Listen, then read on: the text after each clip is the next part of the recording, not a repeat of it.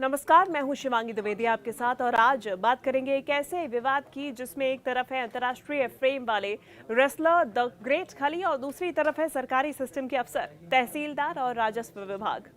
हिमाचल प्रदेश के सिरमौर जिले में खली की जमीन को लेकर बड़ा झगड़ा खड़ा हो गया है। आरोप लग रहे हैं कब्जे के, हेराफेरी के और सवाल उठ रहा है कानून से बड़ा कौन, सेलिब्रिटी, सिस्टम या फिर सबूत।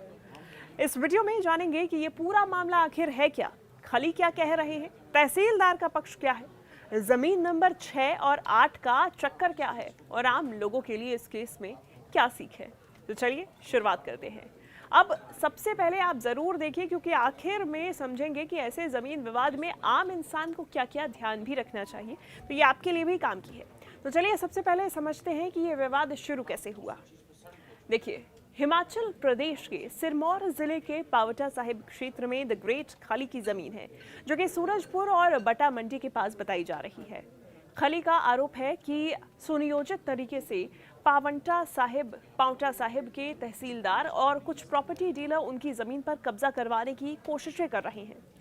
ऐसे में अब उनका कहना है कि वो कई साल से इस जमीन पर कब्जे में है, लेकिन अब प्रशासनिक स्तर पर मिलकर राजस्व रिकॉर्ड में गड़बड़ी करके उनके अधिकार को खत्म किया जा रहा है। यह आरोप है खली का। इसी मामले को लेकर खली गांव की कुछ महिलाओं और सहमालिक परिवारों के साथ सिरमौर की डीसी प्रियंका वर्मा से मिले और लिखित शिकायत सौंपकर निष्पक्ष जांच और कार्रवाई की उन्होंने मांग भी की है। अब यहीं से मामला मीडिया और सोशल मीडिया में हाई प्रोफाइल बन गया। अब बात करते हैं खली और उनके साथ शिकायत करने वाले परिवार दरअसल आरोप क्या लगा रही हैं। शिकायतकर्ताओं का कहना है कि वे लगभग 28 से 30 बीघा जमीन के सहमालिक हैं और पिछले करीब 5 दशकों से यानी कि लगभग 50 सालों से वहां रह रहे हैं। उनका आरोप है कि कुछ लोग राजस्व अधिकारियों की मिलीभगत से इस जमीन पर अवैध कब्जा करने की कोशिश कर रहे हैं। ये आरोप इनकी तरफ से लगाए गए हैं।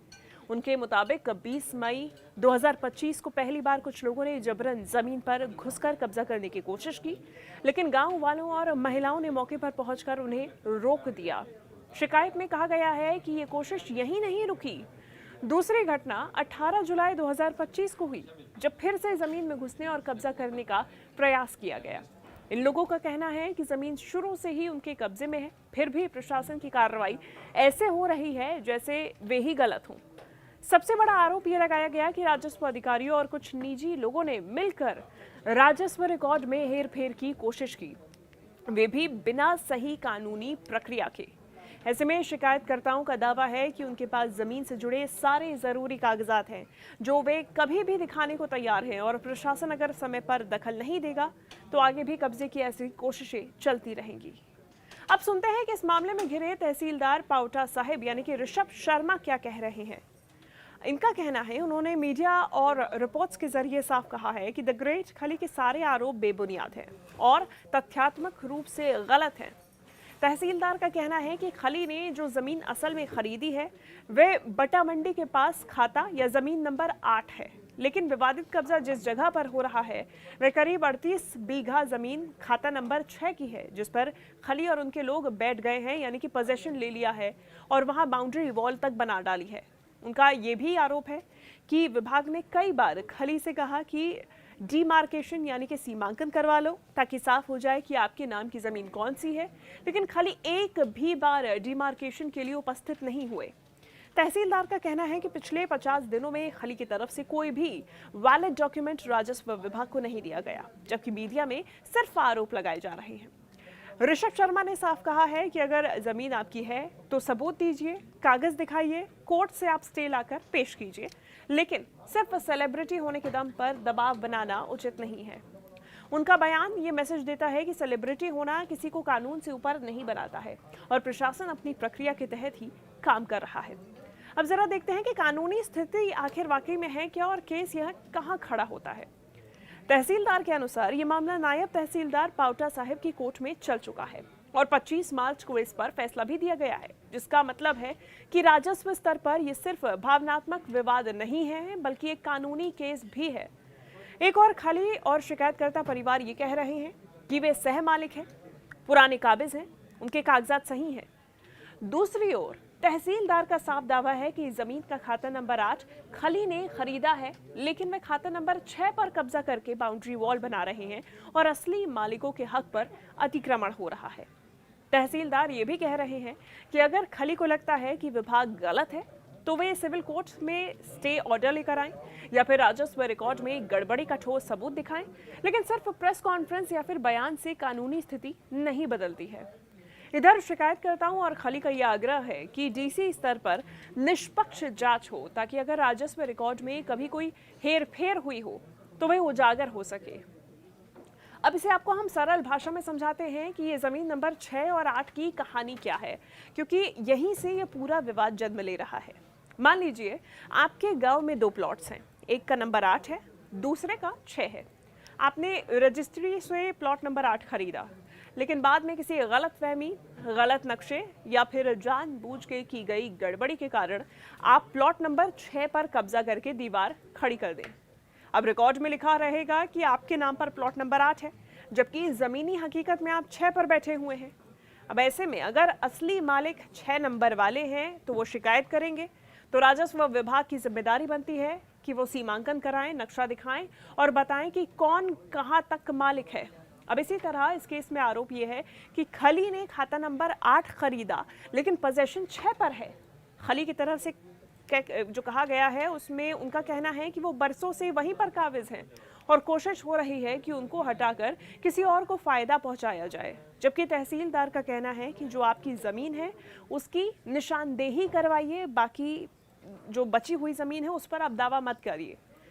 अब ये ज़मीन विवाद एक बड़े सवाल को भी उठाता है, क्या सेलिब्रिटी स्टेटस से कानून बदल जाता है या कानून सबके लिए बराबर है? तहसीलदार की ये लाइन कि सेलिब्रिटी होना किसी को कानून से ऊपर नहीं बनाता, इस बहस का एक अहम हिस्सा बन गई है। एक तरफ ग्रेट खली जैसा बड़ा नाम है जिसका अंतर्राष्ट्रीय कद है, सोशल मीडिया पर आवाज़ भी ज़्यादा सुनी जाती है और मीडिया भी खबर को जल्दी ही उठा लेती है, तस्वीरें हम देखते ही हैं।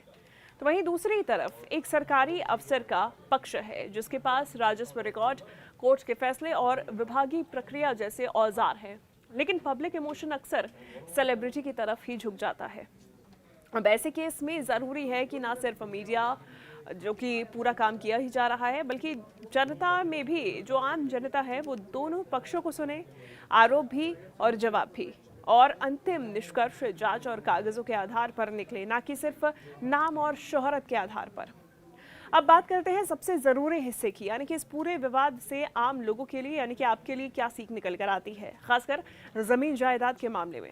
कुछ अहम पॉइंट्स हैं। देखिए, ज़मीन खरीदते समय सिर्फ रजिस्ट्री देखकर खुश मत होइए। राजस्व रिकॉर्ड यानी कि खसरा, खतौनी, खाता नंबर, नक्शा, ये सब कुछ आप क्रॉस चेक कीजिए। अगर ज़मीन किसी विवादित इलाके में है या फिर पहले से इस पर कब्जा विवाद चल रहा है तो खरीदने से पहले डिमार्केशन ज़रूर करवा लीजिए, ताकि बाद में मैं 6 पर था, 8 पर, ऐसे झगड़े ना हों।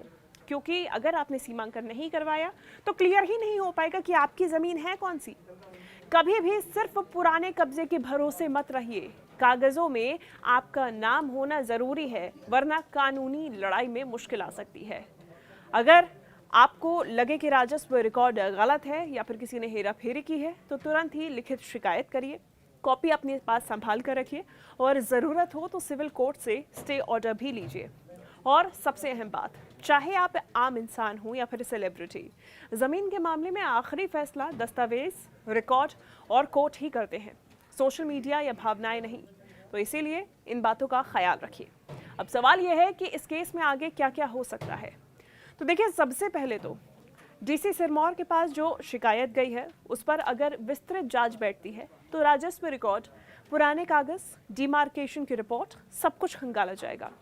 अगर जांच में साबित होता है कि रिकॉर्ड में गड़बड़ी हुई है तो फिर जिम्मेदार अफसरों पर कार्रवाई भी संभव है और ज़मीन पर कब्जा बहाल करने के आदेश भी आ सकते हैं। वहीं दूसरी तरफ अगर ये साबित हो जाए कि खाली जो ये प्लॉट है, जो 8 नंबर प्लॉट है, वो नहीं, खली या फिर उनके पक्ष ने खरीदी से अलग ज़मीन पर पोजीशन लिया है, यानी कि 6 पर, जिस पर वो इतने समय से रह रहे हैं पोजीशन लेके, तो उन्हें वो कब्जा छोड़ना पड़ सकता है और असली मालिकों के पक्ष में फैसला जा सकता है। अब ऐसे में देखना होगा कि इसके अलावा दोनों पक्ष चाहें तो ऊंची अदालतों यानी कि सिविल कोर्ट, फिर हाई कोर्ट तक भी जा सकते हैं। क्योंकि जमीन विवाद अक्सर लंबी कानूनी लड़ाई में बदल ही जाते हैं। तो ये था द ग्रेट खली की जमीन विवाद की पूरी कहानी। एक तरफ सेलिब्रिटी, दूसरी तरफ सिस्टम, बीच में कानून और कागजात की असली लड़ाई। आपको क्या लगता है, ऐसे मामलों में पहले किस पर भरोसा होना चाहिए, सिस्टम पर, बड़े नामों पर, या सिर्फ डॉक्यूमेंट्स और कोर्ट के फैसलों पर? कमेंट में अपनी राय जरूर लिखिएगा। धन्यवाद।